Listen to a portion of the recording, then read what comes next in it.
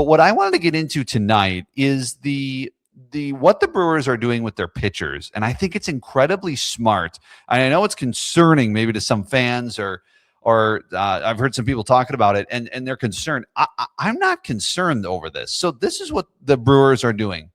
They're slow playing their pitchers, and it's pretty obvious what they're doing. I mean, this is they are being cautious with especially their top end guys. I mean, Mizorowski has not pitched in a game in spring training yet. And tomorrow will be his debut. Now, Kyle Harrison also expected to make his spring training debut tomorrow as well against Great Britain there in Arizona. So they're both doing that. We have not seen Brandon Woodruff, although he's doing sim games. We have not seen Quinn Priester, although he is doing sim games, which is basically you do kind of a simulated game, right? You face live hitters on the Brewers, on the staff, on the lineup, where they do it in the backfield. So they're basically doing a game-like scenario. Maybe they do 2 ups. Maybe they do 1 up, meaning basically you pitch and then you sit down and then you pitch again. That'd be 2 ups. But it depends on what your workload is, right? The first one from Woodruff was about 25 pitches. The next one about 34 pitches. And Quinn Priester has done the same. Now, with that being the case, that doesn't worry me necessarily when it comes to injury, just the fact that they're not pitching in games yet.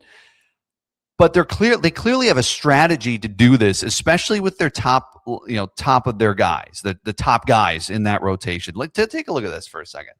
So these are the pitchers that obviously I think have a chance at the starting rotation. Obviously, there are guys who have more of a chance than others in this list, right? DL Hall, Chad Patrick. Okay, so you have only one guy of the Brewers pitchers that could have a starting spot that have 3 innings under their belt. Okay, DL Hall has 3 innings. Otherwise, Chad Patrick, who I predict will be in the rotation, 2 innings. Aaron Ashby has a chance to start. I think he'll be in the bullpen, but he's only got 2 innings. Angel Serpa has a chance to start, probably in the bullpen, 2 innings. Brandon Sproat, 1 1/3.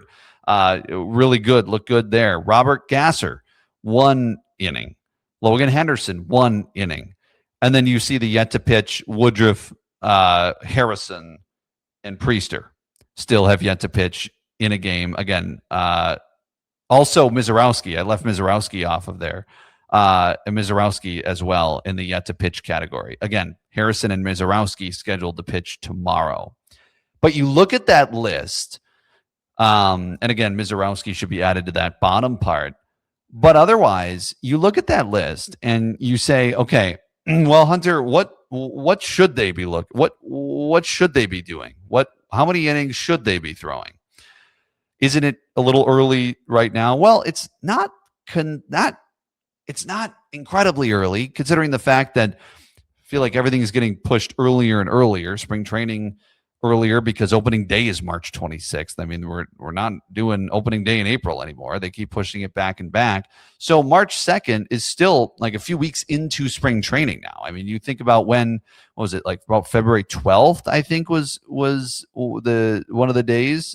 So that's what, 2.5 weeks that they've been at spring training now. So they should be getting some work in. Now, this is a good comparison. What have the Cubs done so far? Here are the Cubs pitchers so far. Matthew Boyd, 4 2/3. Shota Imanaga, 4 2/3. Jameson Taillon, 3 2/3. And then Edward Cabrera and Cade Horton, both at 2. Obviously, Cabrera new into the organization, traded from Miami this offseason. But you can clearly see the difference, right? You look at these guys.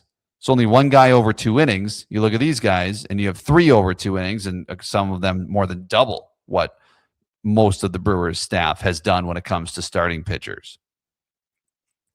But I bring this up because this has been a conversation as of late, okay, why are they doing this? Why are they doing this? Why are the Brewers pitchers throwing less than other teams? My theory of the case is what happened in 2025. We all remember back that Yankees series, right? The torpedo bats were what stole the headlines when the Brewers played the Yankees on opening weekend of 2025. But what also was another headline for the Milwaukee Brewers was how many injuries they had to their starting rotation and their staff as a whole. It ended up to, well, leading towards Elvin Rodriguez starting the home opener against the Royals. Tyler Alexander taking the ball as well in that series. And I have a feeling that what happened in 2025 is impacting how the Brewers have won about not only their offseason, but also spring training in 2026. When you look at what happened in 2025, yes, it was an amazing season, great success by a lot of measures, but the start of the season was rocky, and they recovered with some amazing winning streaks, and they were able to get to 97 games somehow, some way. You can imagine if they would have went just a little better in April or a little better in May, how a 100-win season for the Milwaukee Brewers last year. It gets you excited. But at the beginning of the year, they were so beat up. And I got to think that over the offseason, they went, we want to make sure we have a lot of pitching depth. And they felt like they had infield depth, so they drew from it, and they traded away Caleb Durbin, and they got more pitching in Shane Drowan and Kyle Harrison. And then they got Brandon Sproat back for Freddie Peralta. And then they also have some young guys filling in, and Gasser's back, and we'll see what Henderson can do. And, of course, Ashby and Hall are still there, and Hall's feeling the healthiest he has as a Brewer. And you have all of this, coming into the season, and you say they have a ton of depth, right? Like I said, we went over the starting rotation on the last week's show and all of the different guys that could be starters. And you look at the list that I just showed you, and there's a lot of different guys. Angel Serpa is another guy as well. Just the depth that the Brewers have created. Why did they do this? Because the Brewers saw what happened last year and went, we need to be ready in case the injury bug hits us early and often. And not necessarily, now the Quinn Priester deal was a great deal, but do you want to do that a week into the season? Probably not. And so the insurance that they now have going into 2026 because of the trades they made, it made a lot of sense. So that's how I think the beginning of 2025 impacted their offseason.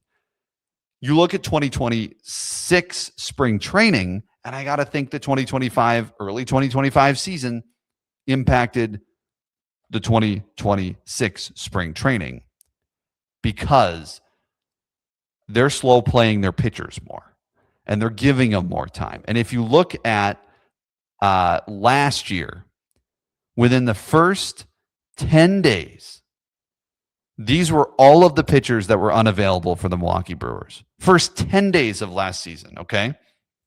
Brandon Woodruff and Robert Gasser were both on the 60-day IL because they were obviously recovering. Gasser from Tommy John, and Woodruff was not going to be back for opening day. But then Aaron Ashby got hurt in spring training. Tobias Myers got hurt in spring training. Aaron Savali got hurt the first weekend. Nestor Cortez got hurt the first week. DL Hall got hurt in spring training early on. Nick Mears also hurt. He got sick, I believe, last year. And then, of course, they signed Jose Quintana about, it was like way early March of last year. And he was unavailable, and still he was technically with the ACL Brewers at the time, but just kind of building back. And then April, I think 11th was his first start for the Brewers, or somewhere around there. They played Arizona, and he pitched really well. But look at all of those names. That's 9 names. 9 that weren't ready within the first 10 days of the 2025 season. A lot of them spring training, like I mentioned, Ashby spring training, Tobias Myers spring training, DL Hall spring training, Nick Mears sickness built back, okay. Then you got Jose Quintana to add to that. Gasser and Woodruff were already on the 60-day IL. But then all of a sudden Savali and Cortez, who you were counting on for veterans, for innings, also got injured and got hurt within that first week or so. Savali in New York with the hamstring, and then Nestor Cortez within that first week.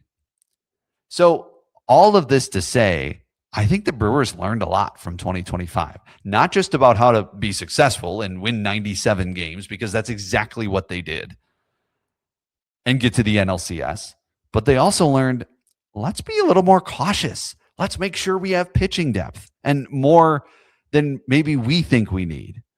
Because at the end of the day, yes, you need position players, and yes, you need guys to hit the baseball. But they have a pretty solid lineup top to bottom. And now you are fairly insulated when it comes to your pitching depth. And I like not putting a ton of innings on guys' arms early in spring training because this is a team that wants to play in October. This is a team that wants to play deep into October. Why did the Brewers lose to the Dodgers in the NLCS? It was because the Dodgers pitching was unbelievable. I mean, I've heard multiple interviews with multiple Brewers players who talked about just the pitching in that series was just otherworldly. And yes, they have some of the best in the game, and yes, they can buy some of the best in the game. That's great and all. But also the Dodgers felt like, yeah, they could kind of slow play their pitchers during the regular season. And maybe they sacrificed some regular season success and some wins there. Maybe they did, but it obviously paid off in October with a World Series title. So now they're close to losing the World Series title in Game 7, but at least they got there and clearly were the better team in the NLCS over those 4 games. So maybe they're taking a page out of that playbook a little bit. And I'm guessing we're going to hear more and more about what the Brewers think about this. And what Pat Murphy's strategy is and Matt Arnold. And I hope it's something that's discussed sooner rather than later, because I think it's a fascinating thing to talk about and something to discuss because I think it's really smart. The Brewers are really good at learning from the past and having that help the future. I mean, what have they done since take the Josh Hader deal, right? What have they done since then? They haven't traded one of those key guys in the regular season, right? And now they've won 3 straight division titles after that, 23, 24, 25. So they're obviously in it, but they were also in it in 2022 when they traded Josh Hader. Well, what'd they do? They traded Corbin Burns in the offseason. What'd they do? They traded Devin Williams in the offseason. What'd they do? They traded Freddie Peralta in the offseason. And Matt Arnold admitted recently in an interview, I think it was maybe with Foul Territory, can't remember exactly, but he talked about, it's better to do it in the offseason. And I think they learned from that. And the Brewers, I think, learned from the beginning of 2025. So I think that is why. And I don't, please, from my point of view, don't panic here. Don't panic that the Brewers are slow playing their pitchers, because I think it's a really good idea. And I think it makes a lot of sense. So I'm not, the Brewers are going to be fine. They're going to be built up. They clearly have a plan. Their pitching coaching staff is some of the best in baseball. So I have a really good feeling about what the Brewers can do pitching wise this year. And they're building some guys up a little more than others. And I think they're going to get everybody ready for opening day the way they want to and the way they should, and maybe a little bit of a different strategy. Will it pay off? I don't know. Because you could also argue, well, Hunter, they won 97 games and got to the NLCS last year, so it must have worked somehow. And you are right. you are very right. So there obviously there's a little bit of two sides there, but I really do think to trust the Brewers on this, because I kind of like it. I kind of like what they're doing. So that's the thought on the pitching, because like I said, you look at that list and nobody on the entire staff has pitched more than 3 innings. And that's, some of the names are D.L. Hall, Strzelecki, Yoho, Easton McGee. But then again, like I said, those 2-inning guys, Patrick, Ashby, Serpa, Abner Uribe as well. So I think it's interesting and something to take note of when it comes to how much they're pitching. Now it's going to ramp up for sure. And like I said, we'll see Miz tomorrow, we'll see Harrison tomorrow when they play Great Britain tomorrow. And then Sproat is throwing Wednesday, so we'll get to see him again. And then Robert Gasser will throw on Thursday. So we shall see when Priester is scheduled. We'll probably get that news, I would think, pretty soon.